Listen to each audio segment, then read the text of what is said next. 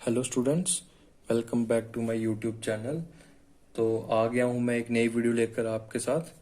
तो अभी तक हमने पुरानी वीडियोस में कौन सा टॉपिक किया, हमने मीन अरिथमेटिक मीन निकाला। हर टाइप के डेटा का मीन निकाल दिया। जैसे सिंपल ऑब्जर्वेशन दिया तो उसका मीन कैसे निकालते हैं, और जैसे फ्रीक्वेंसी डिस्ट्रीब्यूशन की फॉर्म में दिया तो तब मीन कैसे निकालते हैं। ठीक है, तो मीन आपको आई चुका होगा। तो आज हम कौन सा टॉपिक पढ़ने जा रहे हैं?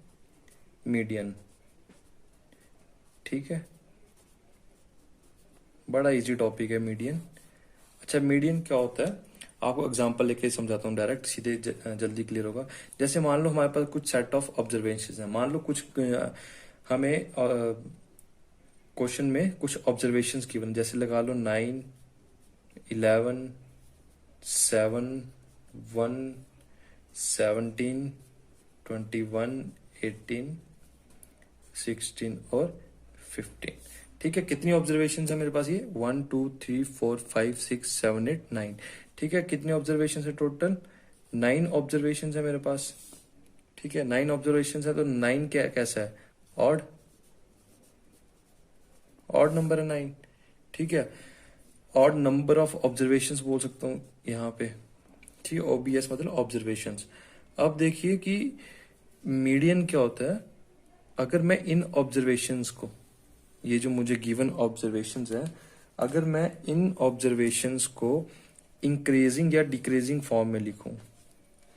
ठीक है, अगर मैं इन ऑब्जर्वेशंस को इंक्रीजिंग या फिर डिक्रीजिंग फॉर्म में लिखूं। ठीक है, इंक्रीजिंग फॉर्म कौन सी होगी? जब हम सबसे छोटे नंबर को पहले लिखें, उसके बाद बड़े नंबर को, उसके बाद उससे बड़े नंबर को, किसी भी इंक्रीजिंग या डिक्रीजिंग ऑर्डर में। तो मैं क्या करता हूँ, इंक्रीजिंग ऑर्डर में इसको अरेंज कर लेता हूँ। इंक्रीजिंग में सबसे पहले क्या आ जाएगा? 1।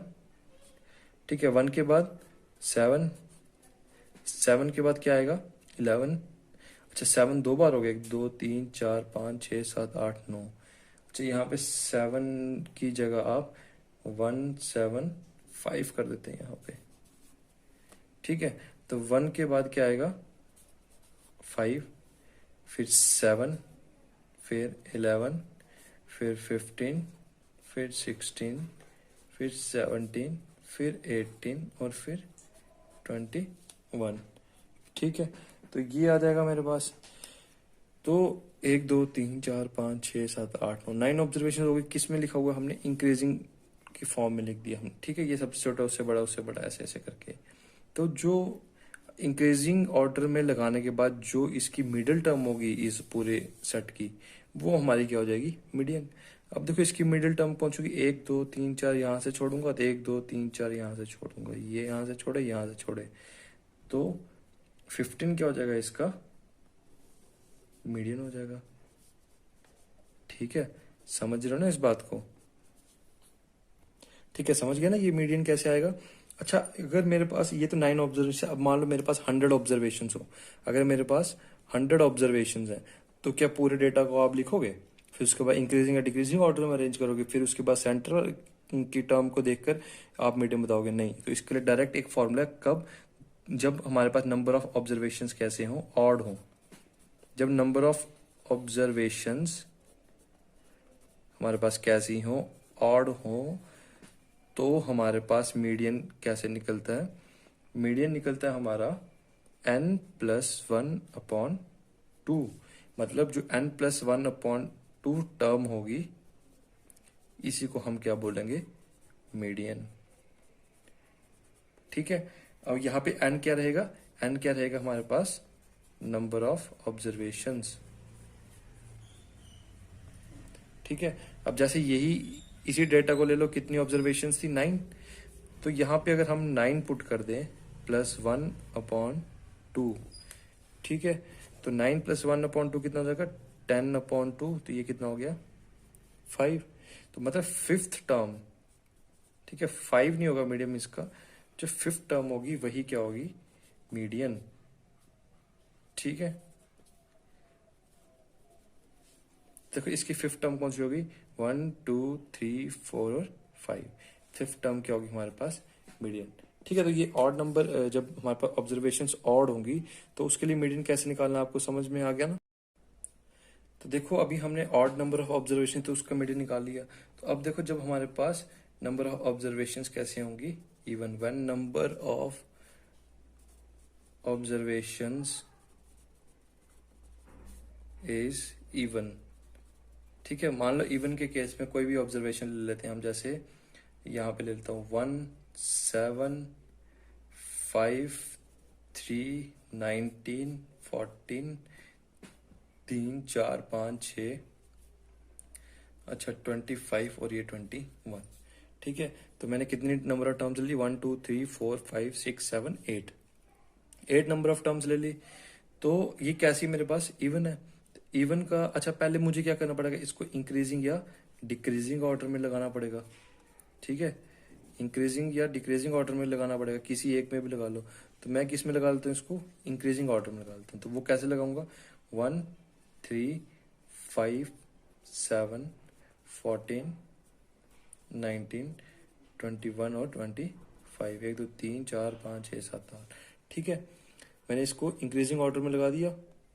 ठीक, तो अब क्या होगा, अच्छा इसकी मिडिल टर्म कितनी होंगी, इवन नंबर ऑफ ऑब्जर्वेशन है ना, तो इसमें मिडिल टर्म कितनी होंगी, 2 होंगी, क्योंकि 1, 2, 3 यहाँ छोड़ दूं, 1, 2, 3 यहाँ छोड़ दूं, तो 2 मेरे पास मिडिल टर्म्स निकल के आ जाती है। तो इसका मीडियन कैसे निकालेंगे हम, जो 2 मिडिल टर्म्स होंगी उनका हम मीन निकाल लेंगे।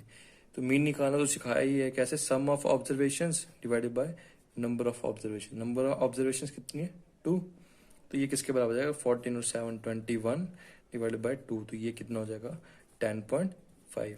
ठीक है, तो इसका मीडियन निकालना आ गया ना अब। ठीक है, तो जैसे अब पहले ऑड नंबर ऑब्जर्वेशन के लिए फॉर्मूला, तो इसके लिए भी कोई ना कोई फॉर्मूला होगा हमारे पास। तो इसके लिए क्या फॉर्मूला है हमारे पास, इसके लिए फॉर्मूला क्या है हमारे पास, मीन ऑफ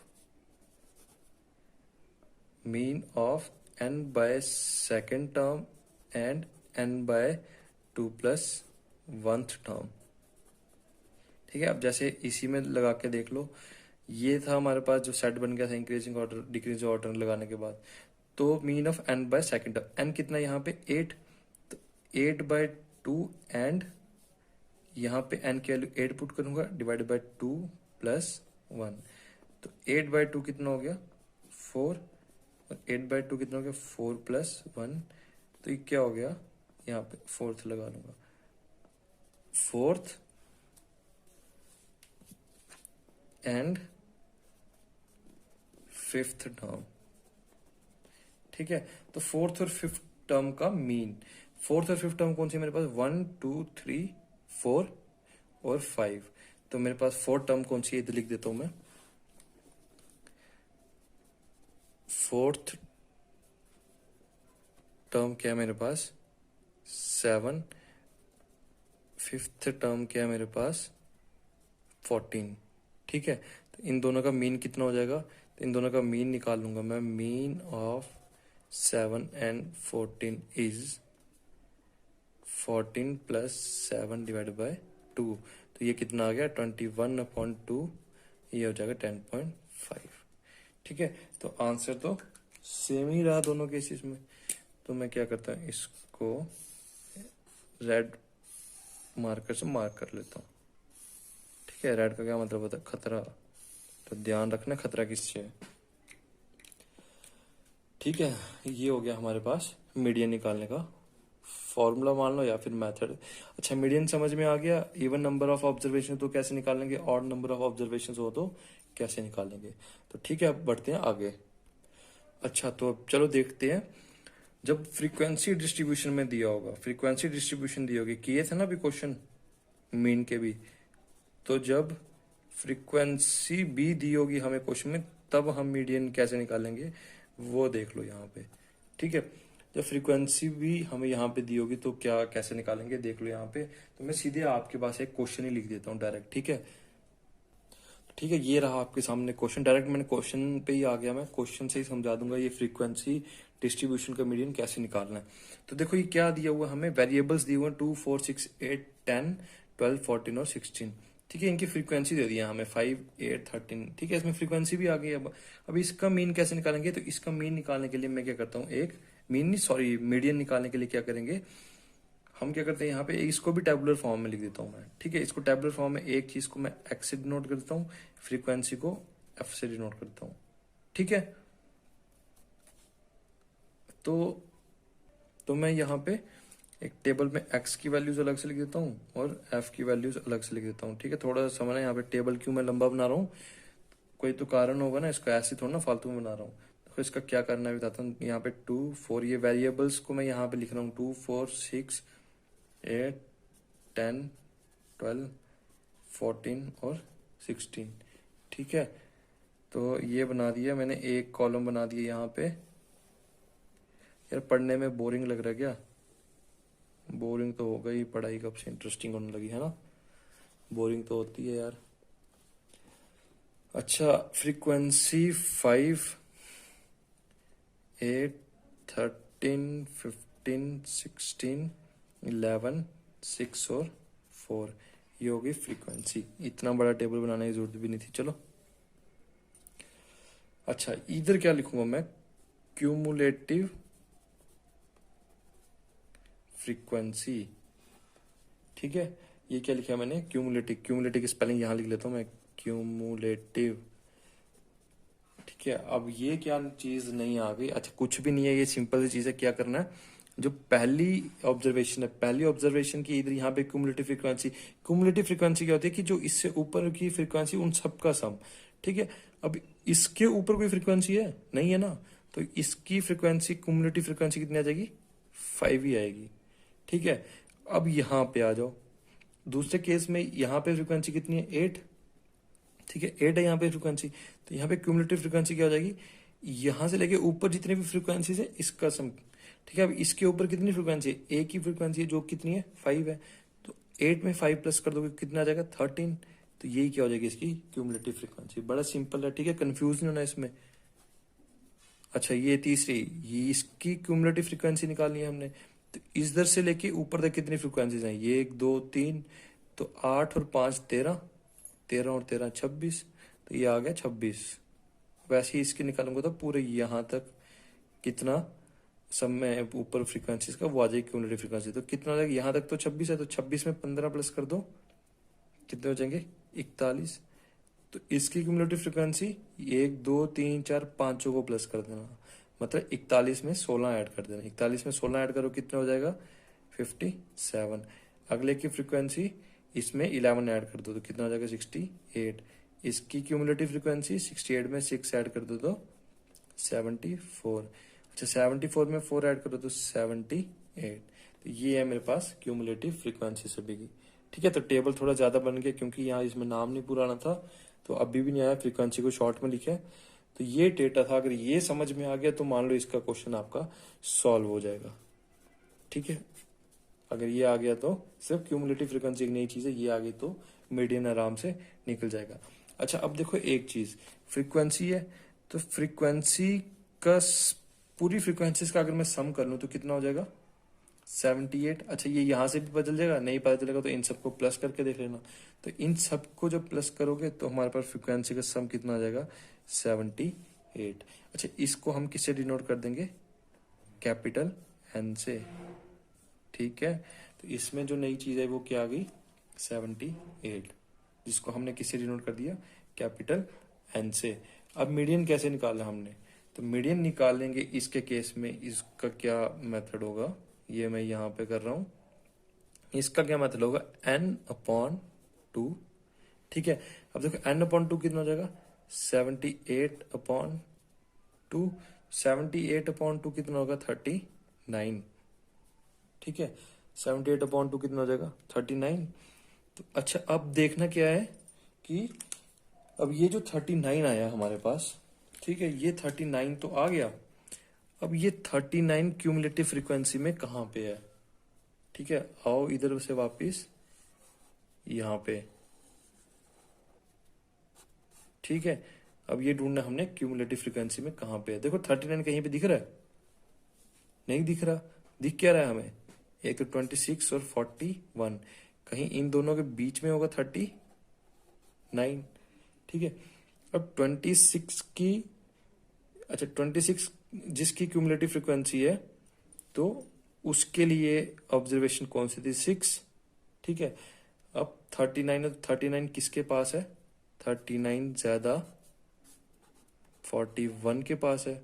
ठीक है, अगर 41 के पास है तो इस पूरी जो अपने पास डेटा दिया हुआ है तो इसका जो मीडियन होगा वो कितना आ जाएगा, जो 41 का मीडियन होगा, जो 41 की ऑब्जर्वेशन होगी।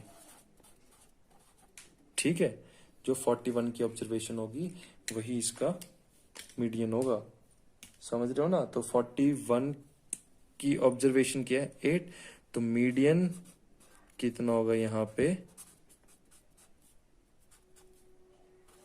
8। ठीक है, समझ गए? मीडियन कितना होगा, 8 होगा। एक बार फिर से बता दूं, डेटा को आप टेबुलर फॉर्म में लिख दो, एक्स अलग से एफ अलग से, क्यूमुलेटिव फ्रीक्वेंसी निकालो, क्यूमुलेटिव फ्रीक्वेंसी बता दिया, ऊपर वाली फ्रीक्वेंसीज का सम, तो ये निकाल लूंगा मैं। तो सारी फ्रीक्वेंसीज का सम निकाल लूंगा, ये इसको कैपिटल एन से डिनोट कर दूंगा। तो ये कितना है मेरे पास, 78। तो 78 को 2 से डिवाइड करेंगे तो आएगा 39।